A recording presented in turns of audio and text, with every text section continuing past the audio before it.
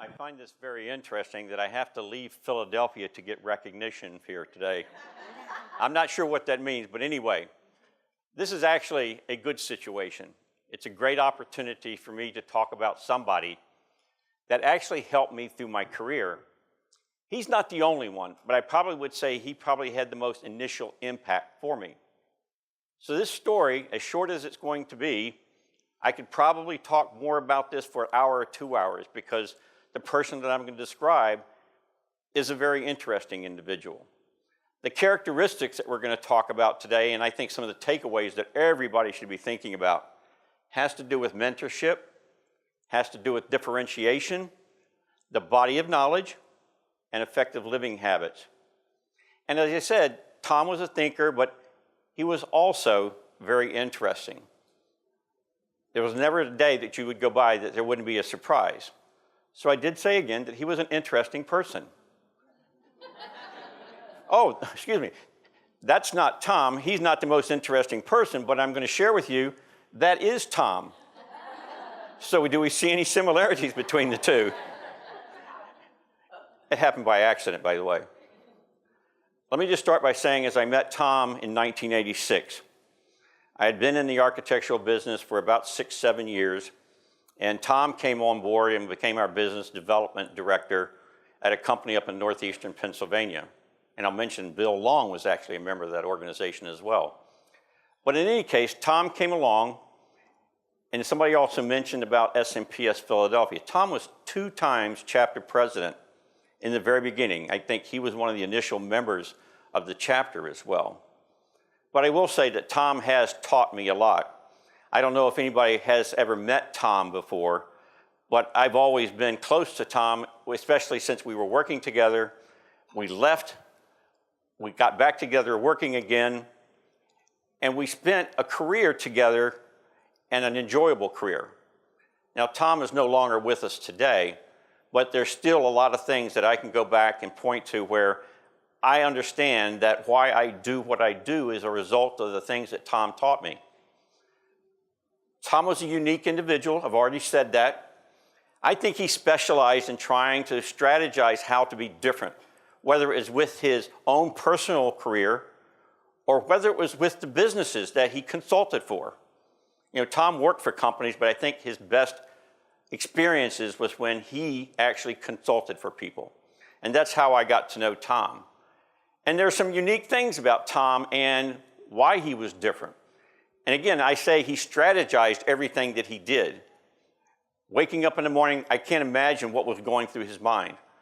What I will tell you is that these are a few things that I will share with you very quickly. One, Tom, you can see the color of the tie, Tom's tie. Tom, for some reason or other, wore these, I'm going to say, colorful and obnoxious looking ties.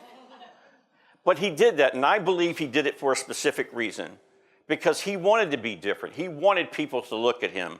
When he went into a networking group, to me, everybody then saw him, and then people actually started discussions talking about, nice tie you got there. And that's what he did. As a matter of fact, this is one of Tom's ties. Would I wear this normally? No, but this is one of Tom's ties. But he did that. And that again, and I believe that that was strategically planned. Oh. Another thing that Tom used to do too. Whenever you called him on the phone, whether it was house, whether it was his car or his office, which by the way was all the same number, he would answer the phone, not hello. He would not answer the phone, hello, hello. He answered the phone, hello, hello. Every time, everybody, again, same thing. Differentiator, unique, special, and you always knew that was Tom. And another thing, and I'm going to caution you about this particular one right now. It has to do with how Tom approached clients. And I happened to be with him one day. And everybody knows that the gatekeeper to the client has to be either a receptionist, a secretary, or somebody. And of course, you always treated that individual special because it made things easier to get to your client. And the day that I was there, we approached in Hartford, Connecticut, as a matter of fact, I remember that. We got there and Tom made a question, asked a question, and then he said, he took his card out of his pocket, and again, by the way, I do not recommend this, but he took his card out of his pocket, gave it to the receptionist, and he looked at her and said, "If you can pronounce my last name, you'll get a kiss." The secretary, receptionist, took the card, looked at it, looked back up at him and goes, "Bulatevich." Tom was Polish, but Tom's pronunciation of his name in the States was Bulatevich. The look on Tom's face when he heard somebody pronounce his name correctly was amazing. And he didn't know what to do, and I was waiting for where the heck the kiss coming from now. But that's what he did. Another thing that Tom had a passion for is presenting. I don't know how many times Tom tried to make a presentation at SMPS National, at Bill Business. He tried, he came up with all the unique names he could possibly come up with to make that presentation. He thought that would be different enough to get attention. And it did, by the way. It did get attention. It never got him selected, but it got him attention. But there was this one time, and it was in 2010 in November, that Tom got to make a presentation. He was selected to make it.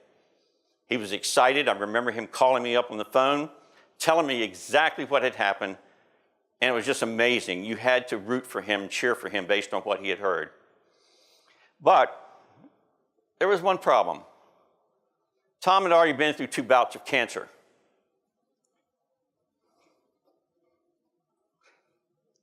It was not what he wanted to do, obviously.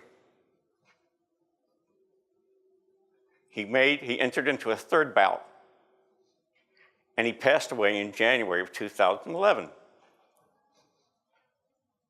It was a good situation from one standpoint.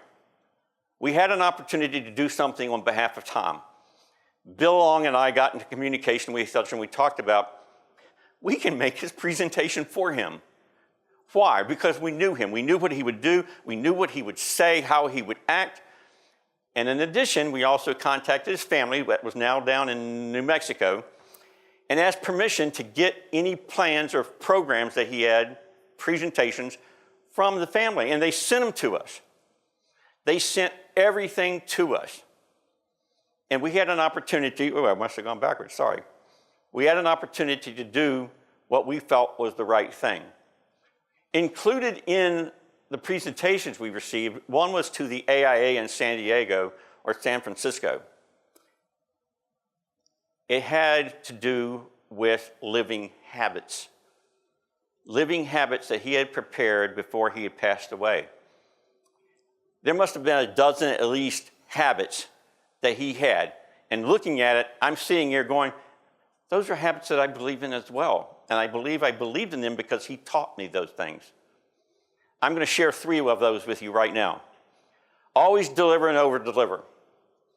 The attitude was simply this, and everybody should be thinking about these very seriously. It's easy to make a commitment to do something. Okay, I'll get it to you on Friday.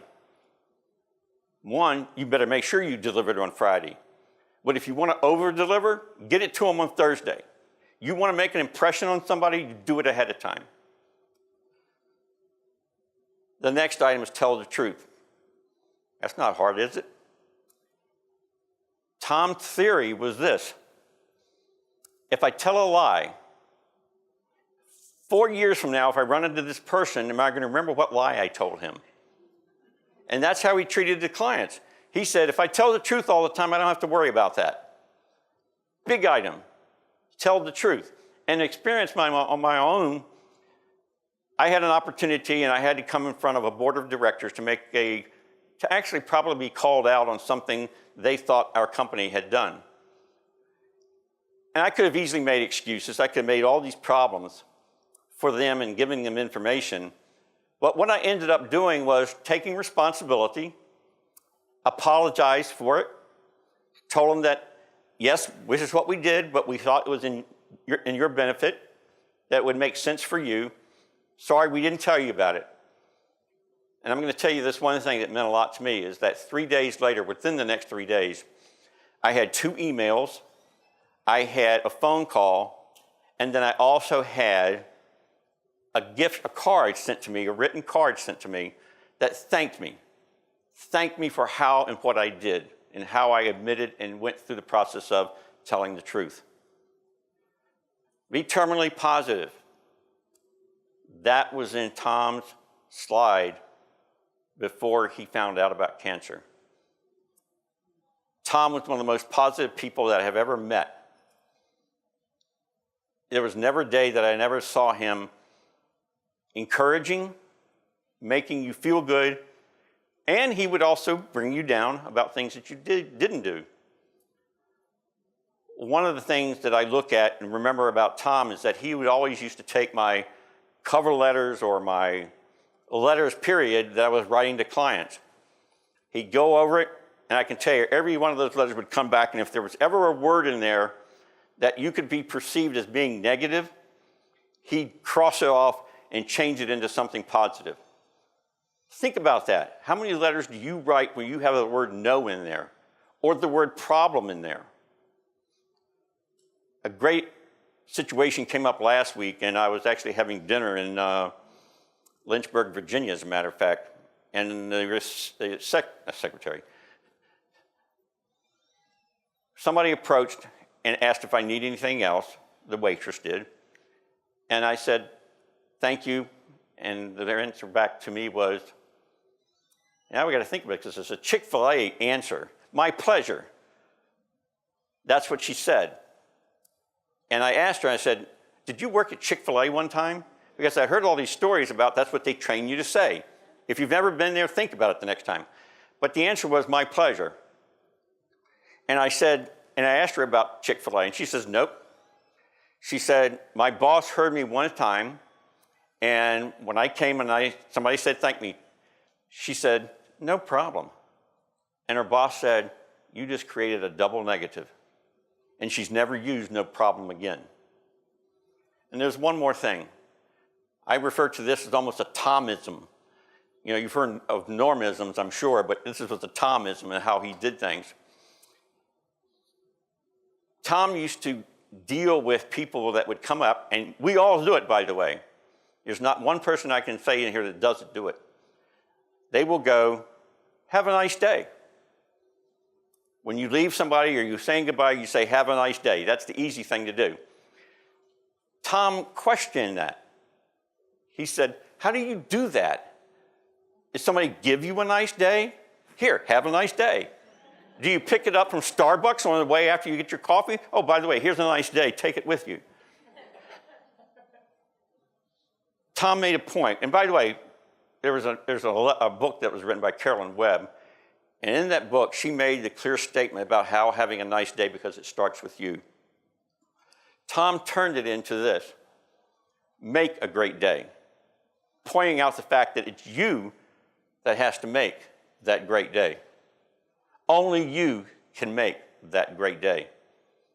So when you go out here and finish up with the conference today, or even when you wake up tomorrow morning, remember to make a great day because you're the one that's going to be needing to do that. In closing, I just simply want to say thanks to Tom. A lot of the things that I do today are because of him.